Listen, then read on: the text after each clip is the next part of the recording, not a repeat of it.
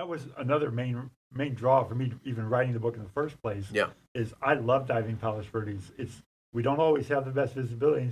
Most of the time, it's not very good. Yeah. But occasionally, we do get great visibility.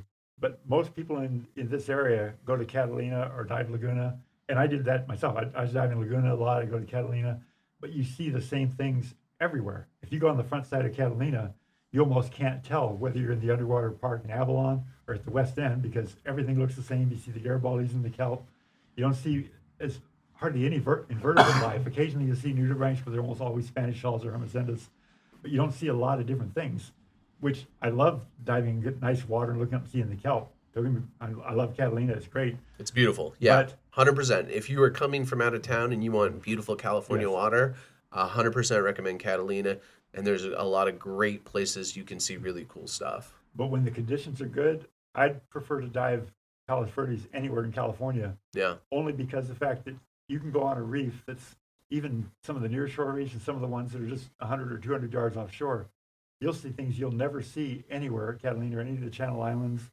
Even, in fact, a lot of it is almost like Point Loma. We have similar reefs as Point Loma does, but Laguna Beach is the same thing. You're going to see the same thing every single reef.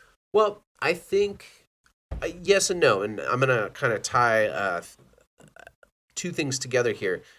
I really like Laguna. I like the protective area. I think the variety of invertebrates and sponges and things like that has massively increased in the time that I've been diving since it's been protected.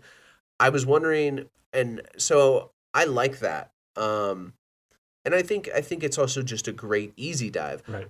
I do agree with you in the sense that like the reef is not as expansive, and I don't think it's open to the ocean as much where you'll get random things coming in, where I think Palos Verdes 100% is that. Right. Have you noticed that the MPA in Palos Verdes has gotten more rich with life since they've put it in? It was for a while. I've been diving the Point Vicente MPA a lot. Yeah. That whole area. And for the first couple of years, the rockfish came back that weren't there before. Right. And we would do like a dive at Point Vicente and see probably 10 different species of rockfish on one dive, Wow. which we hadn't seen in years. But then I think it was 2015, we had a warm water blob that they said it kind of killed off a lot of life. That El Nino. Yeah, we've got brown stuff covering the reefs and a lot of things have disappeared. They'll come back. I mean, it's just a cycle. Things come and go all the time.